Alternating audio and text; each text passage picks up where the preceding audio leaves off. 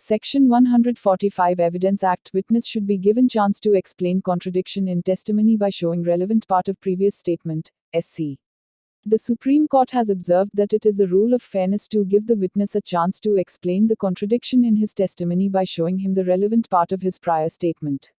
While holding that, in this case, the trial court did not follow the correct procedure while recording the contradictions in the testimony, the bench of Justice Abhay S. Oka and Justice Ujjal Bhuyan observed that, if the witness is intended to be confronted with his prior statement reduced into writing, that particular part of the statement, even before it is proved, must be specifically shown to the witness. After that, the part of the prior statement used to contradict the witness has to be proved. As indicated earlier, it can be treated as proved if the witness admits to having made such a statement, or it can be proved in the cross-examination of the concerned police officer. The object of this requirement in Section 145 of the Evidence Act of confronting the witness by showing him the relevant part of his prior statement is to give the witness a chance to explain the contradiction. Therefore, this is the rule of fairness.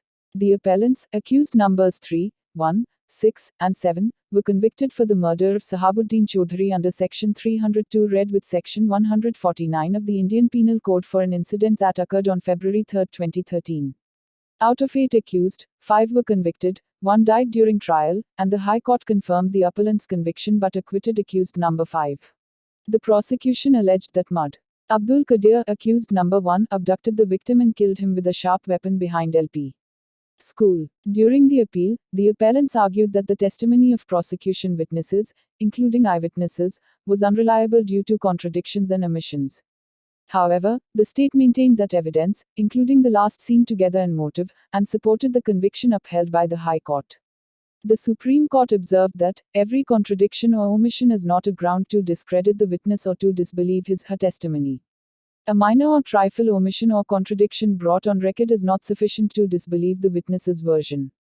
Only when there is a material contradiction or omission can the court disbelieve the witness's version either fully or partially.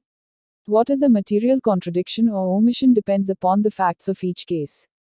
Whether an omission is a contradiction also depends on the facts of each individual case. On examining the testimonies of the witnesses, the court found a lack of reliable evidence.